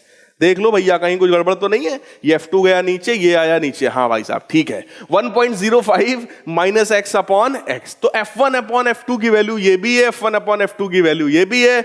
अब तो हमको लगता है आप समझ ही गए होंगे, अब सर जी हो जाएगा सर जी, अब बिल्कुल टेंशन वाली बात नहीं है ना। अब हम कहेंगे 1.05 minus x by x is equal to 1/2। जैसे ही सॉल्व करोगे प्यारे बच्चों x की वैल्यू आ जाएगी, और ये देखो बढ़िया प्यारा सा सॉल्यूशन। सबसे पहले हमने निकाला F1 अपॉन F2 किसके बराबर, 1/2 के बराबर। उसके बाद हमने ये इक्वेशन बना लिया यार, ये टॉर्क वाली इक्वेशन को जैसे ही हम लोगों ने सॉल्व किया तो पता चला x की वैल्यू हमारी कितनी आ गई, 0.7 मीटर। ठीक, तो 0.7 मीटर की डिस्टेंस पर टोटल लेंथ था 1.05 मीटर। ठीक, उसमें से 0.70 मीटर की डिस्टेंस पर अगर हम मास को लटकाते हैं तो स्ट्रेस की वैल्यू सेम होने वाली है। अब बात आया सर, ठीक है सर हो गया सर, लेकिन अभी सर एक चीज और बाकी है sir, strain. Sir equal strain होगा तो सर क्या होगा प्यारे बच्चों, स्ट्रेन जो होता है भाई देखो यंग्स मॉडुलस जो है हमारा that is equal to stress upon strain, है ना। तो अगर मुझे स्ट्रेन की बात करनी है तो मैं भी कहूंगा भैया stress divided by Young's modulus. Stress हमने सेम किया था, अभी हम क्या सेम करेंगे भाई साहब आप ही बता दो। इस बार हम लोग सेम किसको करने वाले हैं, क्योंकि हमसे क्वेश्चन में कहा गया इक्वल स्ट्रेन, तो इस बार हम दोनों के स्ट्रेन को बराबर करने वाले हैं प्यारे बच्चों। तो इस बार हम क्या बोलेंगे, हम बोलेंगे F1 अपॉन, देखो भाई F1 बाई A1 तो ये है ना, तो ये जो वैल्यू आएगी ओवरऑल ये F अपॉन A Y के बराबर आएगी। तो इस बार हम कहेंगे F1 अपॉन A1 Y1 बराबर F2 अपॉन A2 Y2। तो ये जो वैल्यू हमारी है F1 अपॉन F2, अब इस बार जो है Y1 और Y2 वाला टर्म भी इन्वॉल्व हो जाएगा। जैसे ही इन्वॉल्व होगा अब आइए देखिए क्या बनेगा, बड़ा सिंपल सा है ना। इसमें हमने स्ट्रेन निकाला F1 बाई A1 Y1, इसमें निकाला F2 बाई A2 Y2, और क्योंकि स्ट्रेन बराबर है तो दोनों को हमने क्या किया, बराबर कर दिया। F1 अपॉन F2 के रेशियो हमारे पास कितना आ गया प्यारे बच्चों, A1 Y1 upon A2 Y2। A1 upon A2 की वैल्यू यानी कि सॉरी F1 अपॉन F2 की वैल्यू हम लोग पहले ही निकाल चुके थे। F1 अपॉन F2 की वैल्यू चेक करिए, F1 अपॉन F2 की value 1.05 minus x upon x, ये तो हम लोग पहले ही निकाल चुके थे। तो यही वैल्यू हमने यहां पर उठाकर रखा, किसका, F1 अपॉन F2 का। A1 Y1 upon A2 Y2, भाई हमको दोनों का एरिया पता है, हमको दोनों का यंग्स मॉडुलस पता है, यहां पे रख के जैसे ही धड़ाधड़ डिवाइड करेंगे सॉल्व होकर आया 10/7। सॉल्व किया, x की वैल्यू आ गई 0.43 मीटर। इसका मतलब अगर उस मास को देखो भाई क्वेश्चन में डायग्राम में देखो ध्यान से, ये जो मास है अगर ये मास 0.43 की डिस्टेंस पर रखा होगा तो स्ट्रेन सेम होगा, और अगर 0.70 की डिस्टेंस पे हमने खिसका दिया तो फिर स्ट्रेस सेम हो जाएगा लेकिन स्ट्रेन अलग अलग हो जाएगा। आई होप आपको क्वेश्चन बहुत बढ़िया अच्छे से समझ में आया होगा, मैंने पूरी कोशिश की है। अच्छा क्वेश्चन है प्यारे बच्चों, जरा भी किसी भी क्वेश्चन में कहीं भी दिक्कत हो वीडियो को करो पॉज, फिर वापस ले जाओ, एक बार फिर से देखो, फिर भी समझ में ना आए तो Shailendra Pande sir is here, आप कमेंट करिए, मैं आपको सपोर्ट करने की बिल्कुल कोशिश करूंगा। अब अगला क्वेश्चन देखते हैं। अगला क्वेश्चन हमारा है, a rubber string 10 metre long is suspended from a rigid support at its one end. Calculate extension in the string due to its own weight. भैया देखो एक रबर का रस्सी है 10 मीटर लंबा है, ये देखो, है ना, ये ऐसा है और ये कितना लंबा है, 10 मीटर लंबा है। एक रिजिड सपोर्ट से, एक इस तरह के सपोर्ट से इसको हमने लटका दिया है। कह रहे हैं कि इसके में एक्सटेंशन की आप वैल्यू बताओ due to its own weight, इसके अपने वेट के कारण इसमें जो एक्सटेंशन होने वाला है उसकी वैल्यू बताओ। डेंसिटी रबड़ की हमें दी है, यंग्स मॉडुलस रबड़ का दिया है, और फिर आगे एक अगला क्वेश्चन इसी से अटैच्ड एक अगला क्वेश्चन है। अब बेटा जरा समझना, कॉन्सेप्ट को जरा समझना। अगर एक रॉड को ऐसे लटकाया है और उसमें एक्सटेंशन पूछ रहे हैं, क्या ये चीज पड़ी पड़ी लग रही है? हाँ सर, कुछ ऐसा बताया तो था सर, आपने आज ही बताया था सर। तो बेटा जरा ध्यान से देखो, इसी चीज को मैंने आपको आज के ही लेक्चर में, ये देखो पूरा का पूरा आई थिंक मैंने आपको डिराइव करा रखा है। कहां डिराइव करा रखा है? ये रखा है सर। और मैंने कहा भी था कि प्यारे बच्चों इस फॉर्मूले को ध्यान से देखना। देखो भाई, देख लो सब लोग, डायग्राम को देख लो, है ना। ये मैंने देखो पूरा सॉल्व कराया था आपको। ये मैंने कहा था कि इस केस को, इस फार्मूले को दिमाग में रखना, mgl/2ay। इसको हम लोग डायरेक्टली क्वेश्चन में यूज कर सकते हैं। अगर एक सिंपल रॉड है, उस रॉड को ऐसे लटका दिया गया है ना, या कोई रबर का स्ट्रिंग है उसको ऐसे लटका दिया, कितना इलॉन्गेशन होगा? अरे यार, बहुत सारे बच्चे कोशिश करते हैं ना, वो ऐसे लटकते हैं, कहते हैं सर लेंथ बढ़ानी है, हाइट बढ़ानी है सर। तो जब आप लटकते हो तो आपका ये इंक्रीमेंट होता है भाई साहब आपकी हाइट में या लेंथ में, mgl/2ay। क्लियर? अब आओ इसी सेम फार्मूले को we will use it directly in our question. अपने उस क्वेश्चन में हम लोग डायरेक्टली गाइस यूज करने वाले हैं। ये देखो, ठीक। अब यार सिंपल है ना, mg∆L की वैल्यू कितनी आई? mgl/2ay। सिंपली आप अप्लाई कर दो। यहां पर देखो हमें क्या क्या पता है, हमको डेंसिटी रबर की पता है, ठीक है, हमको रबर की डेंसिटी पता है, और फार्मूले में मास पता है ना। तो डेंसिटी क्या होता है यार? Mass upon volume. तो आप क्या करो, आप वॉल्यूम बनाने की कोशिश करो, तो लेंथ का मल्टीप्लाई और लेंथ का यहां भी मल्टीप्लाई करेंगे तो स्क्वायर हो जाएगा। देख लो यार, ऊपर नीचे हमने लेंथ का मल्टीप्लाई किया, क्यों किया? क्योंकि मास हमको पता नहीं है। और अगर मास हमको पता नहीं है लेकिन हमको डेंसिटी तो पता है रबड़ की, डेंसिटी क्या होती है? Mass upon volume. मास हमको फार्मूले में दिख रहा है, वॉल्यूम हम बनाने की कोशिश कर रहे हैं। कैसे बनेगा? एरिया नीचे था, लेंथ का मल्टीप्लाई कर दो, तो यहां भी मल्टीप्लाई कर दो। अब बेटा देखना जरा ध्यान से, mgl/2y, एरिया इंटू लेंथ क्या हो गया? वॉल्यूम। मास अपॉन वॉल्यूम क्या हो गया भाई साहब? मास अपॉन वॉल्यूम क्या होता है? डेंसिटी। तो फार्मूला क्या बन गया बेटा? ρgl² 2 Young's modulus. अब आप चेक करो भाई, यंग्स मॉडुलस हमको पता है, डेंसिटी हमको पता है, जी की वैल्यू हमको पता है, और हमको उसका लेंथ यानी कि 10 मीटर ये लेंथ भी हमको पता है। ठीक, ये सारी चीजें पता है। सब उठा करके फॉर्मूले में जैसे रखोगे, you will get the extension in the rubber string. देखो यहां सॉल्यूशन में मैंने पूरी चीज को फिर से डिराइव करके दिखा दिया। ये पूरा ऐसा एक एलिमेंट मानना, ठीक, उसको पूरा ऐसे डिराइव करना, डिराइव करके फाइनली फार्मूला वही आएगा, mgl/2ay। ठीक, देखो वही वैल्यू आ गई है। अब क्योंकि हमको चाहिए था वॉल्यूम, तो हमने क्या किया? लेंथ का मल्टीप्लाई डिवाइड करके ओवरऑल ये फार्मूला हमने बना लिया, ρgl²/2y। आप चेक कर लो, मैंने भी वही बनाया, ρgl²/2y। क्लियर? बस सिर्फ वैल्यू रखनी बाकी है। ये देखो डेंसिटी, ठीक, रो की वैल्यू, ये देखो जी की वैल्यू, ये देखो L² यानी लेंथ का स्क्वायर, तो 10 का स्क्वायर हो गया, और 2 टाइम्स ये देखो 2, और ये देखो यंग्स मॉडुलस की वैल्यू। जैसे ही आप सॉल्व करोगे, एक्सटेंशन की ये वैल्यू आएगी 0.15 मीटर। क्लियर है गाइस? सिंप्लीफाई कर लीजिएगा, 0.15 मीटर आ गया, जो कि है एक्सटेंशन इन द लेंथ। अब हमसे क्वेश्चन में क्या कहा, सेकंड पार्ट में पढ़ो। कह रहे हैं the breaking stress of the metal is this. Breaking stress का मतलब बेटा, इससे ज्यादा स्ट्रेस ये मेटल झेल नहीं सकता। जैसे हम लोग कहते हैं ना, सर अब बहुत हो गया सर, अब बस करो सर, बहुत बढ़ा दिया आपने सर, है ना। तो उससे आगे अब हम बिल्कुल भी पढ़ नहीं सकते। बिल्कुल उसी तरीके से यहां भी है प्यारे बच्चों, ये इससे ज्यादा स्ट्रेस ये रॉड जो है वो झेल नहीं सकता। तो ये स्ट्रेस की वैल्यू हो गई। Calculate the maximum length of the wire made of this metal which may be suspended without breaking. कह रहे हैं मैक्सिमम लेंथ बताओ वायर का जो इसको झेल जाए, इस स्ट्रेस को झेल जाए, ब्रेक ना हो उसमें, है ना, विदाउट ब्रेकिंग। डेंसिटी मेटल की इस बार हमसे बोल रहे हैं कितनी है, 7.8 इंटू 10 की पावर 3।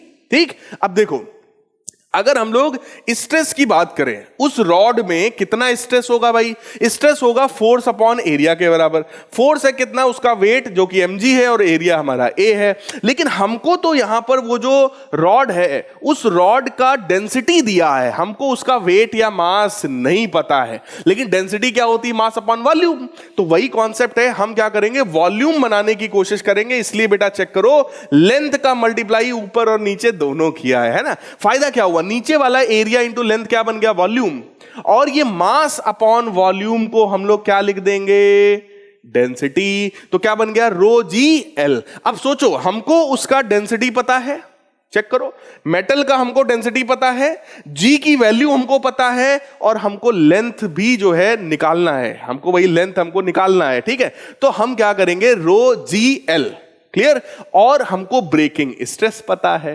ठीक, तो हम कहेंगे कि भाई अगर ये जो स्ट्रेस है, रो जी एल वाला ये जो स्ट्रेस है, अगर ये ब्रेकिंग स्ट्रेस से बड़ा है, बेटा सोचना, ये वाला जो स्ट्रेस है अगर ये ब्रेकिंग स्ट्रेस से भी ज्यादा है, तो रॉड हमारी क्या होगी, मेटल हमारा टूट जाएगा, है ना। तो ये हमेशा उससे क्या होना चाहिए, कम होना चाहिए। इसलिए हमने देखो एक कॉन्सेप्ट लगा दिया कि लेंथ जो हमारा है that should be less than और equal to this breaking stress. मतलब ये ब्रेकिंग स्ट्रेस बेटा मैक्सिमम वैल्यू होनी चाहिए, या तो इसके बराबर हो या इससे कम हो। अगर लेंथ तुम्हें मैक्सिमम निकालना है तो तुम जस्ट इसके बराबर ही लेकर के सॉल्व कर लो, एकदम क्रिटिकल कंडीशन पे, है ना। तो हमने वही ब्रेकिंग स्ट्रेस को लिया और सीधे सीधे लगा दिया, स्ट्रेस बराबर फोर्स अपॉन एरिया। सॉल्व किया तो यहां से लेंथ की वैल्यू हमें पता चली कि वो 10 की पावर 5 मीटर से कम ही होना चाहिए या उसके बराबर होना चाहिए। तो आप ही बता दो मैक्सिमम लेंथ वायर का कितना हुआ, 10 की पावर 5 मीटर। हालांकि लेंथ बहुत बड़ी आ रही है, लेकिन यही हमारा यहां पर आंसर है। सो गाइस, ये थे हमारे यंग्स मॉडुलस पर बेस्ड क्वेश्चन। अब आइए देखते हैं अगला कॉन्सेप्ट जो है बल्क मॉडुलस पर बेस्ड क्वेश्चंस के बारे में, है ना। बल्क मॉडुलस पर बेस्ड ये सबसे पहला क्वेश्चन हमारे पास है, what is the density of water at a depth where pressure is 80 atm।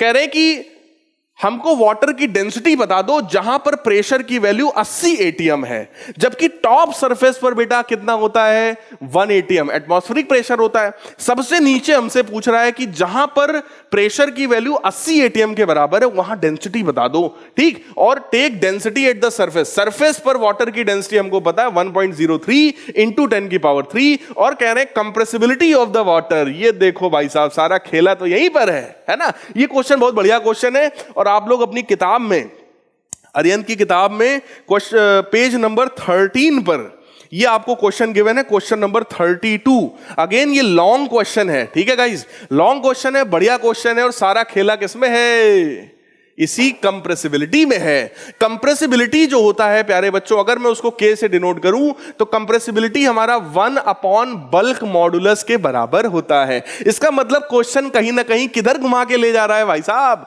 Bulk modulus की तरफ घुमा कर ले जा रहा है। और बल्क मॉडुलस होता क्या है, बल्क मॉडुलस होता है volumetric stress upon volumetric strain, और वॉल्यूमेट्रिक स्ट्रेस का मतलब होता है चेंज इन प्रेशर, और वॉल्यूमेट्रिक स्ट्रेन का मतलब है change in volume upon original volume. तो प्यारे बच्चों, ये जो बल्क मॉडुलस है इसकी जगह पर हमको वैल्यू किसकी दी है, कंप्रेसिबिलिटी। तो ये कितना हो जाएगा, 45.8 इंटू 10 टू द पावर -11।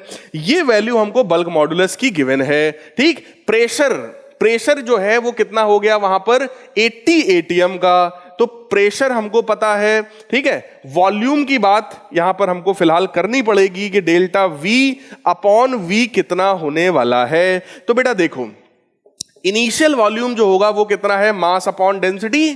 ठीक, और फाइनल वॉल्यूम अगर आपको निकालना है तो that will be again mass upon final density. जरा सोचो, इनिशियल और फाइनल कंडीशन में मास चेंज नहीं हो रहा है लेकिन डेंसिटी चेंज हो रही है। इसका मतलब डेल्टा V यानी कि चेंज इन वॉल्यूम अगर हम देखेंगे तो हम मास को कॉमन ले सकते हैं, and we can write it like this, 1/ρ minus 1/ρ dash. Clear, और डेल्टा V अपॉन V अगर हम करेंगे, डेल्टा V अपॉन v अगर हम करेंगे तो ये वैल्यू कितनी आ जाएगी, 1/ρ minus 1/ρ dash divided by volume. Volume कितनी होती है, मास अपॉन डेंसिटी। मास से मास हो गया कैंसिल, ये डेंसिटी जाएगी ऊपर, तो ये हमारा बनने वाला है ρ टाइम्स 1/ρ माइनस 1/ρ डैश। इसका मतलब गाइस, इसका मतलब डेल्टा V बाई वी, जिसको हम वॉल्यूम स्ट्रेन भी बोलते हैं ना, वॉल्यूमेट्रिक स्ट्रेन भी बोलते हैं, ये वैल्यू कितनी आ गई, 1 माइनस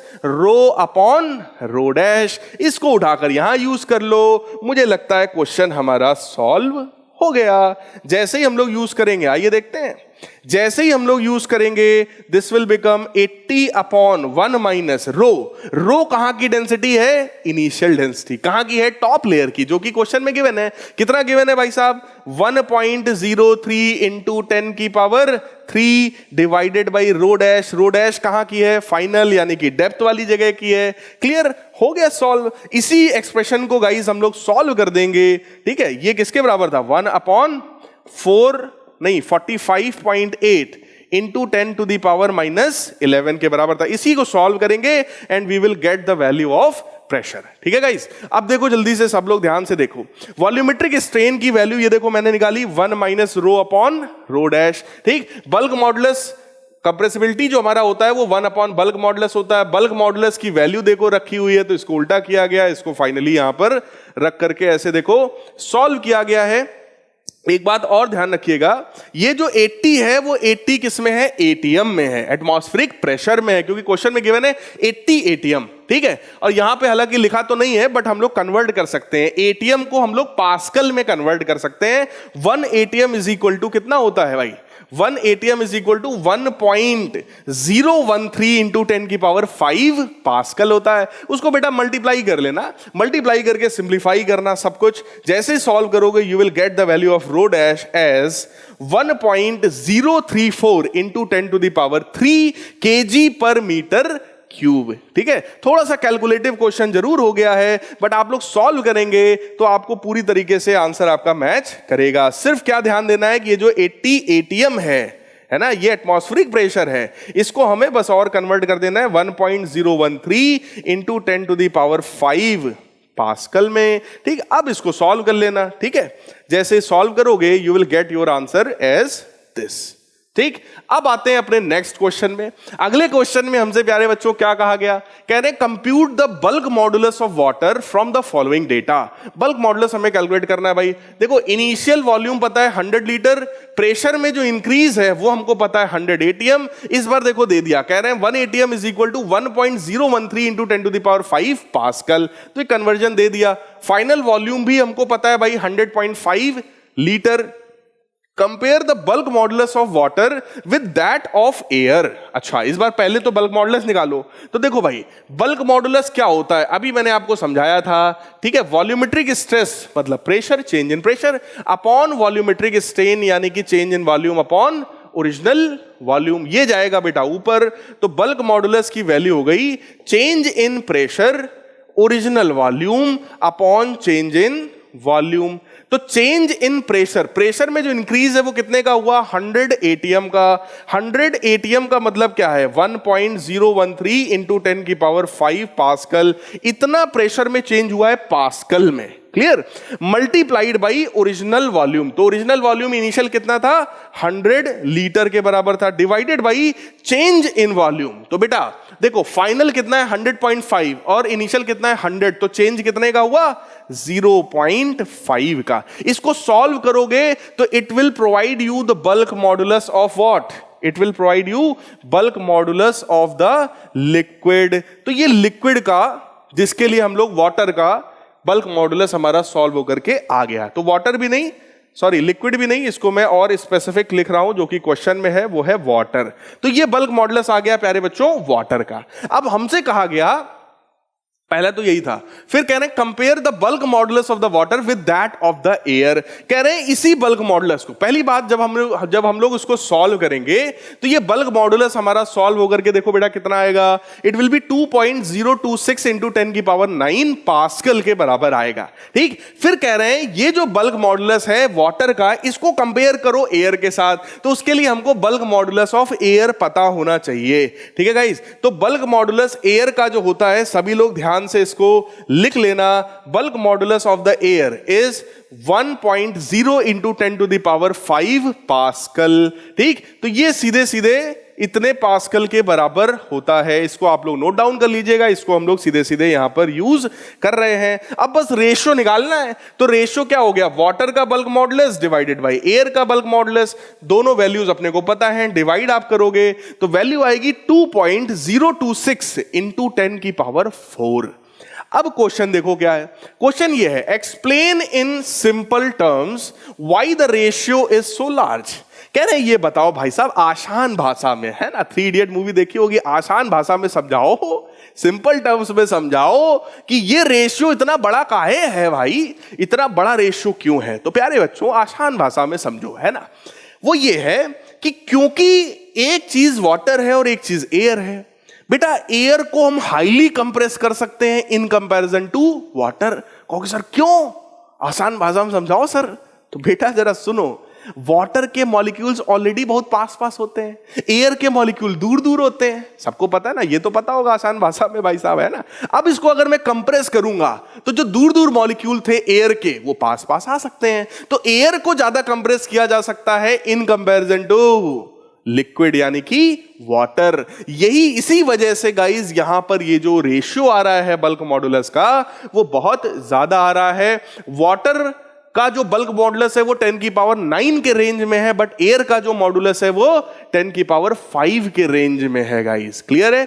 तो एयर का बल्क मॉडुलस कम है क्योंकि इंक्रीज इन वॉल्यूम या डिक्रीज इन वॉल्यूम जो हम एयर में करेंगे वो हम ज्यादा कर सकते हैं। और आप सबको पता है बल्क मॉडुलस के फॉर्मूले में प्रेशर ऊपर आता है, चेंज इन वॉल्यूम नीचे आता है डिनोमिनेटर में, है ना। तो चेंज इन वॉल्यूम हम एयर में ज्यादा कर सकते हैं, इसलिए एयर का बल्क मॉडुलस हमारा जो है वो कम होता है। लिक्विड में हम चेंज इन वॉल्यूम कम कर पाएंगे, इसलिए उसका बल्क मॉडुलस भाई साहब ज्यादा होता है। ठीक है, आई होप आपको मजा आया होगा, आपको चीजें समझ में आई होंगी।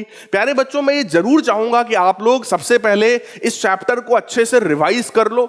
ये सारे क्वेश्चंस को जो मैंने कराए ये क्वेश्चंस को जरूर करो, सभी अच्छे अच्छे लॉन्ग क्वेश्चंस हैं और ये सेलेक्ट कर करके मैंने रखे हैं ताकि आपको पूरा चैप्टर लगभग आपका कवर हो जाए। अब हम लोग अगले वीडियो में मिलेंगे जिसमें हम लोग अपने नेक्स्ट चैप्टर की बात करेंगे, फ्लूइड्स की बात करेंगे, और उसमें भी इसी तरीके से कैटेगरी वाइज टॉपिक वाइज मैं आपको क्वेश्चंस कराऊंगा जिसमें आप सबको एकदम मजा आ जाने वाला है। तो टर्म 2 की फुल प्रिपरेशन आप लोग मेरे साथ करेंगे। जम के वीडियो को शेयर करिए, खूब वीडियो को देखिए, कोई भी डाउट आए तो तुरंत आप सब लोग कमेंट करिए, मैं आप सबका हेल्प जरूर करूंगा गाइस। मिलते हैं अपने नेक्स्ट वीडियो में, तब तक के लिए गुड बाय, टेक केयर।